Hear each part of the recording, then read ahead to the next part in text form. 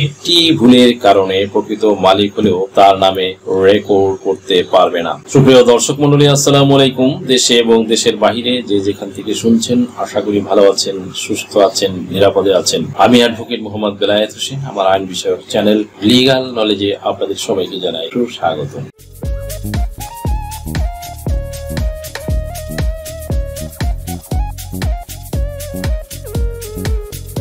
Viewers, BDS রেকর্ডে যেসব জমির মালিকগণ বাদ যাবে, বিডিএস রেকর্ডে এই সকল ওয়ারিসদের নাম বাদ পড়ছে। আসুন জেনে নেওয়া যাক কোন কোন ওয়ারিসদের বা কোন কোন ভূমি মালিকদের নাম এই বিডিএস জরিপে বাদ পড়ে যাচ্ছে, তারা জমি হারাচ্ছে। সুপ্রিয় দর্শক মন্ডলী, এখন আর আগের দিন নেই, দিন বদলে গেছে এবং বর্তমানে অন্য সকল কিছুর মতোই ভূমি সংক্রান্ত বিষয়েও অনেক কিছু আপডেট হয়ে পরিবর্তন হয়েছে, যার পরিপ্রেক্ষিতে, যার ফলশ্রুতিতে ভূমি সেক্টর ডিজিটালাইজড হয়ে ব্যাপক স্বচ্ছতাও চলে এসেছে। সকল কিছু এখন মানুষের নিয়ন্ত্রণ সীমার মধ্যে চলে এসেছে। মানুষ এখন স্মার্ট ভূমি সেবাগুলো ঘরে বসেই ভোগ করতে পারছে এবং সবকিছুই এখন বলতে গেলে এক প্রকার হাতের মুঠোয় চলে এসেছে। তেমনি ব্যাপার হয়েছে এই জমির রেকর্ডের বেলাতেও। ডক্টর মোহাম্মদ ইউনূস তথা প্রধান উপদেষ্টা, তিনিও এই ব্যাপারে ভূমি সেক্টরকে সম্পূর্ণ ডিজিটালাইজড করার ব্যাপারে খুবই সচেষ্ট, যার কারণে পূর্বের যে রেকর্ডগুলো বাংলাদেশে পরিচালিত হয়েছিল, সেই রেকর্ডগুলো অ্যানালগ প্রক্রিয়ায় পরিচালিত হয়ে থাকলেও এখন আর সেটা হচ্ছে না। এই অ্যানালগ যুগ এখন আর বাংলাদেশে নেই। এখন ডিজিটাল পদ্ধতি চলে এসেছে, চলছে ডিজিটাল যুগ, গ্লোবালাইজেশনের যুগ। ভূমি রেকর্ড সংক্রান্ত ব্যাপারেও ডিজিটাল ডিভাইস ব্যবহার করে বিডিএস বা বাংলাদেশ ডিজিটাল সার্ভে কার্যক্রম পরিচালিত হচ্ছে। এমনকি বাংলাদেশের বিভিন্ন জেলায় ইতিমধ্যে এই কার্যক্রম পুরোদমে চলছে।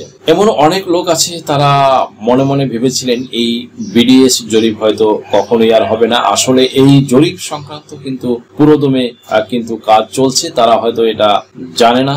এই পর্যায়ক্রমে যারা জানে না, তারা কিন্তু দেখতে পাচ্ছে যে সারা বাংলাদেশের প্রত্যেকটা জেলাতে জেলাতে এইগুলো হচ্ছে। বিডিএস রেকর্ডটি কিন্তু গুরুত্বপূর্ণ রেকর্ড হিসেবে বিবেচনা করা হচ্ছে, কেননা এর আগে যে সব রেকর্ড করা হয়েছে সেগুলো কোন রকম ডিজিটাল ডিভাইস বা উন্নত মানের প্রযুক্তি ব্যবহার করা হয়নি। শুধুমাত্র এই বিডিএস জরিপের এস্টাবলিশমেন্ট আর ডিজিটাল ল্যান্ড ম্যানেজমেন্ট সিস্টেম প্রকল্পের মাধ্যমে বাংলাদেশ ডিজিটাল সার্ভে কার্যক্রম চলছে। GNSS total survey system, drone, Oracle data ও জিআইএস সফটওয়্যার সহ অত্যাধুনিক প্রযুক্তি ব্যবহার করে দক্ষিণ কোরিয়ার সহায়তায় ইডিএলএমএস প্রকল্পের মাধ্যমে বর্তমানে বিডিএস পরিচালনা হচ্ছে। সরকার সকল জমির তথ্য হালনাগাদ করার লক্ষ্যে নতুনভাবে কার্যক্রম শুরু করেছে। এখন থেকে ভূমির সকল তথ্য আপনি সহজেই অনলাইন থেকে এক ক্লিকেই দেখতে পারবেন। সুপ্রিয় দর্শক মন্ডলী, এছাড়া বিভিন্ন দেশের উন্নত প্রযুক্তি ব্যবহার করে ভূমি রেকর্ড কার্যক্রম চলমান থাকায় এক্ষেত্রে ভূমি মন্ত্রণালয়ের পক্ষ থেকে প্রত্যেক ভূমি মালিকদের উদ্দেশ্যে বলা হয়েছে যে যারা জমির প্রকৃত মালিক, আসল মালিক, সত্যিকার অর্থে মালিক, শুধুমাত্র তাদের নামেই এই বিডিএস রেকর্ডটি পরিচালিত হবে। কোনোভাবেই অবৈধ দখলকারী বা অবৈধভাবে ভোগ দখল করে আছে বা প্রতারণার মাধ্যমে জমির মালিকানা লাভ করেছে বা জাল জালিয়াতির মাধ্যমে জমির মালিকানা লাভ করেছে বা ক্ষমতার অপব্যবহার করে জমির মালিকানা পেয়েছে, পেশি শক্তি প্রয়োগ করে জমির মালিকানা পেয়েছে, অংশীদারদের ফাঁকি দিয়ে জমির মালিকানা পেয়েছে বা ওয়ারিশ ফাঁকি দিয়ে বা বঞ্চিত করে বা ডিসকানেক্ট করে জমির মালিকানা পেয়েছে, এই ধরনের ব্যক্তিরা কোনোভাবে আর বিডিএস রেকর্ডে নিজেদের নাম এখন আর অন্তর্ভুক্ত করতে পারবে না বা নিজেদের নামে করে নিতে পারবে না। ভূমি মন্ত্রণালয়ের পক্ষ থেকে আরো বলা হয়েছে, পূর্বের রেকর্ডগুলোতে ভুল হলেও বর্তমানে বিডিএস রেকর্ডে কোনোভাবেই ভ্রান্তির সুযোগ নাই। এখানে সত্যিকার অর্থে যে সমস্ত দায়িত্বশীল কর্মকর্তা কর্মচারী বৃন্দ আছেন, তাদেরকে অত্যন্ত দক্ষতার সাথে তাদের যাবতীয় অত্যাধুনিক প্রযুক্তি সম্পর্কে পারফেক্টলি ট্রেনিং দেওয়া হয়েছে। শুধু তাই নয়, তাদেরকে এটাও বলা হয়েছে যে শুধুমাত্র যারা জমির প্রকৃত মালিক তাদেরকে তাদের নামে যেন বিডিএস রেকর্ড পরিচালিত হয় এবং কোনোভাবেই অন্যায়ভাবে বা প্রতারণা করে কোনো জমির অবৈধ মালিক বা যারা জমির প্রকৃত মালিকই নয় এমন কোনো ব্যক্তি যেন মালিকানা লাভ করতে না পারে। এই কারণে বাংলাদেশ সরকারের পক্ষ থেকে বলা হয়েছে যে আগামী 100 বছরের মধ্যে আর রেকর্ড পরিচালনা করার প্রয়োজন হবে না, কেননা কোনো একটি অঞ্চলে রেকর্ড করা কোনো মালিকানা বা নতুন করে রেকর্ড হাল নাগাদ করার জন্য আমরা জানি জমির চিরস্থায়ী কোনো মালিকানা থাকে না। আজ একজন কাল অন্যজন লাভ করবে, এটাই চিরন্তন নিয়ম। আর পরবর্তীতে যারা মালিক হবে তাদের নামে রেকর্ড করার জন্য ওই অঞ্চলে রেকর্ড করা হয়। এই জন্যই আসলে বিডিএস রেকর্ড করা হচ্ছে। সুপ্রিয় দর্শক মন্ডলী, এখানে সকল মালিককে একটি করে মালিকানা কার্ড প্রদান করা হচ্ছে। এটাও ডিজিটাল করা হয়েছে, মানে শুধু স্ক্যানিং নয়, বরং যে ডিজিটাল সার্ভেটা হচ্ছে বিডিএস সার্ভের মাধ্যমে, সেটা হবে ড্রোন, ইটিএস, আর্টিকা, এগুলো দিয়ে জমির এরিয়া, লেন্থ, জমির কোন ফসলি সমস্ত কিছুর চিত্র এটা স্যাটেলাইট ইমেজের মাধ্যমে জিও রেফারেন্সিং করে মালিকানার ডাটাবেজের সাথে যুক্ত করা, যাতে করে এক ব্যক্তির নামে দিয়ে সিস্টেমে ইনপুট করলে দেখা যাবে তার নামে কোন কোন জমি আছে, কোন কোন খতিয়ান, কত দাগে জমি আছে, কতটুকু জমি আছে, এটা 1 ফসলি, 2 ফসলি বা 3 ফসলি, সমস্ত কিছু দেখা যাবে। এবং যখন জমি বিক্রি করতে যাবেন তখন তার খতিয়ান থেকে সাথে সাথে জমি বাদ হয়ে যাবে এবং যে জমি কিনতেছে তার নামে অটো কারেকশন হয়ে যাবে। মনে করুন আমি কিনতেছি, আমার খতিয়ান থেকে সিস্টেমে অটোমেটিকলি বাদ হয়ে যাবে। সকল ভূমি মালিককে একটি প্রপার্টি স্মার্ট কার্ড দেওয়া হবে, তাতে করে ভূমি মালিক জমি বিক্রি করলে তার স্মার্ট কার্ড থেকে জমি কমে যাবে এবং ক্রয় করলে জমির মালিকানা বেড়ে যাবে। এটিএম কার্ডের মতো।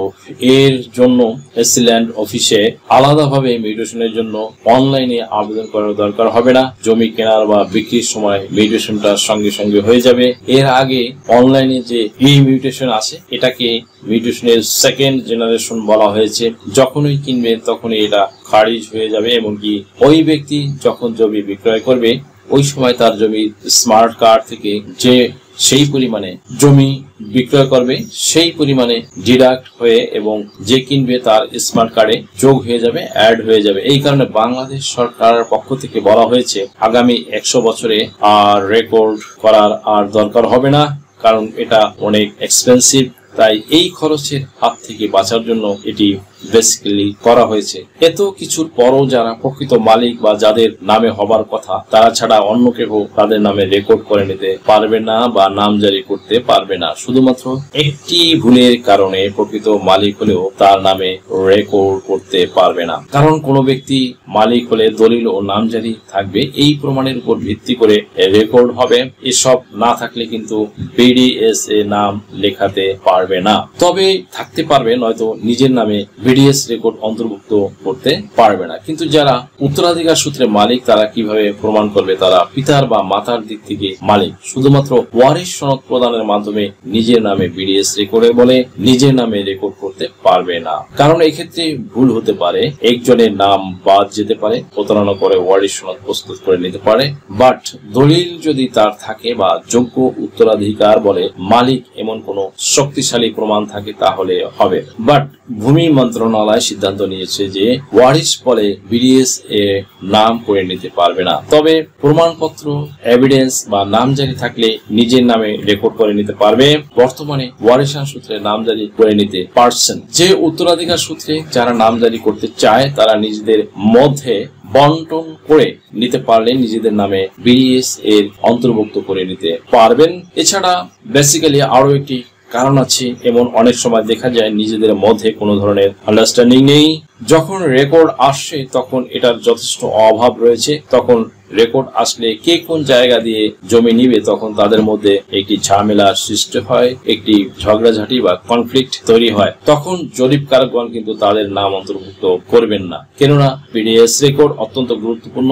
একবার নাম উঠলে সেটা বাদ দেওয়া কঠিনতর হবে। একটি বিষয় যার কারণে মূলত এখন আমরা জমির মালিক আছি তাদের সতর্ক হতে হবে। আমাদের যখন রেকর্ড আসবে তখন যেন আমরা নিজেদের নামে রেকর্ড করে নিতে পারি। এই ক্ষেত্রে আমাদের উত্তম কাজ হচ্ছে পারিবারিক বন্টননামা বা সমঝোতা থাকা অবস্থায় নিজেরা নিজেদের ভিতরে বন্টননামা কমপ্লিট করে নিব এবং কে কোন দিক দিয়ে নিব বা দেব নিজেরা আগে একটি সব করে একটি বন্টননামা সাব রেজিস্ট্রি অফিস থেকে রেজিস্ট্রেশন করে নিব।